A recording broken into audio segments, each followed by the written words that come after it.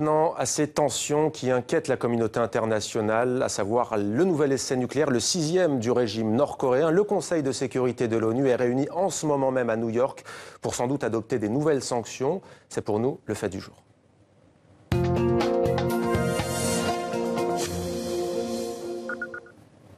La Corée du Nord est donc sur toutes les lèvres à New York, à l'ONU, mais aussi dans la ville chinoise de Xiamen, où sont réunis en sommet les BRICS. Il s'agit des 5 puissances émergentes, Brésil, Russie, Inde, Chine et Afrique du Sud. Tous ces pays appellent ce soir à une solution pacifique. Avec la Corée du Nord, ce n'est pas le cas des États-Unis qui haussent le ton. Washington promet une réponse militaire massive en cas d'attaque nord-coréenne. Et de son côté, la Corée du Sud réplique à son voisin. Séoul a mené ce matin des exercices militaires grandeur nature. Le récit de Maud Roubaud.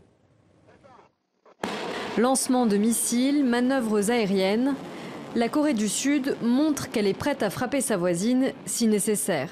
En coopération avec les États-Unis, nous allons déployer des moyens militaires stratégiques, y compris une unité d'attaque aérienne et des bombardiers. Un déploiement dans le cadre du bouclier antimissile américain sur le sol sud-coréen. Les États-Unis sont explicitement menacés par Pyongyang et le territoire américain semble effectivement à portée de tir. Lors d'une nouvelle réunion du Conseil de sécurité de l'ONU, la représentante américaine a encore plaidé pour un durcissement des sanctions. Trop, c'est trop. Nous avons utilisé une approche progressive et malgré nos efforts, cela n'a pas fonctionné.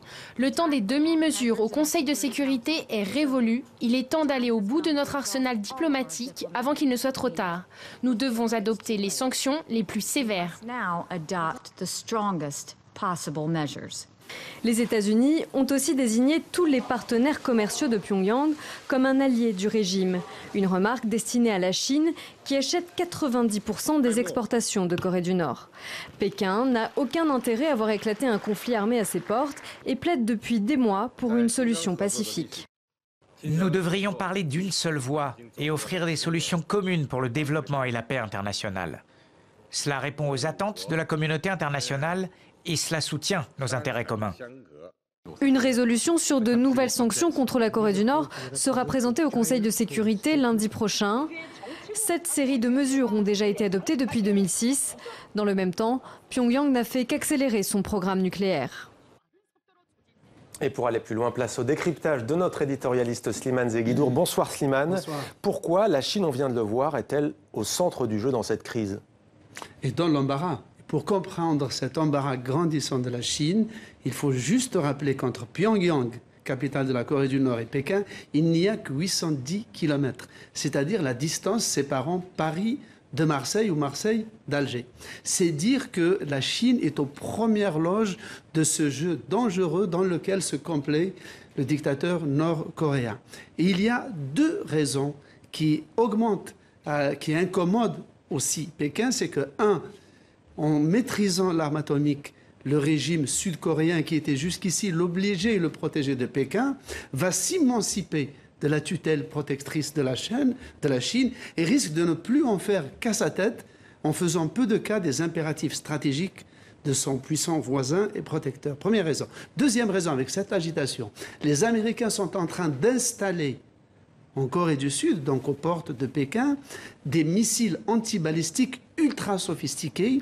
Et cela fait quoi? Cela met en péril la dissuasion de la Chine. Alors voilà donc pour l'acteur qu'est la Chine, Slimane, depuis des années, disons-le, on entend parler de tensions, d'escalade, de désescalade. En quoi est-ce aujourd'hui un tournant selon vous? C'est un tournant d'abord, les spécifications des missiles et des bombes dont parle le régime coréen sont beaucoup plus sophistiquées. Les missiles sont de plus longue portée. Ouais. Mais en plus, ils ont récemment traversé le ciel du territoire japonais, ce qui est plus qu'un coup de canif.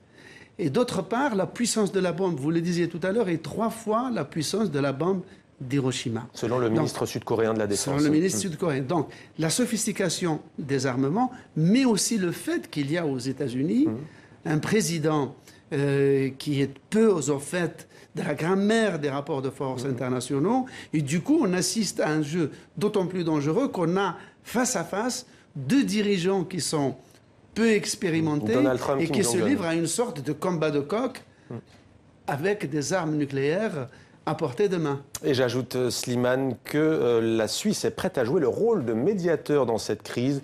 Déclaration cet après-midi de la présidente de la Confédération helvétique, Doris Leuthard, face à la presse étrangère.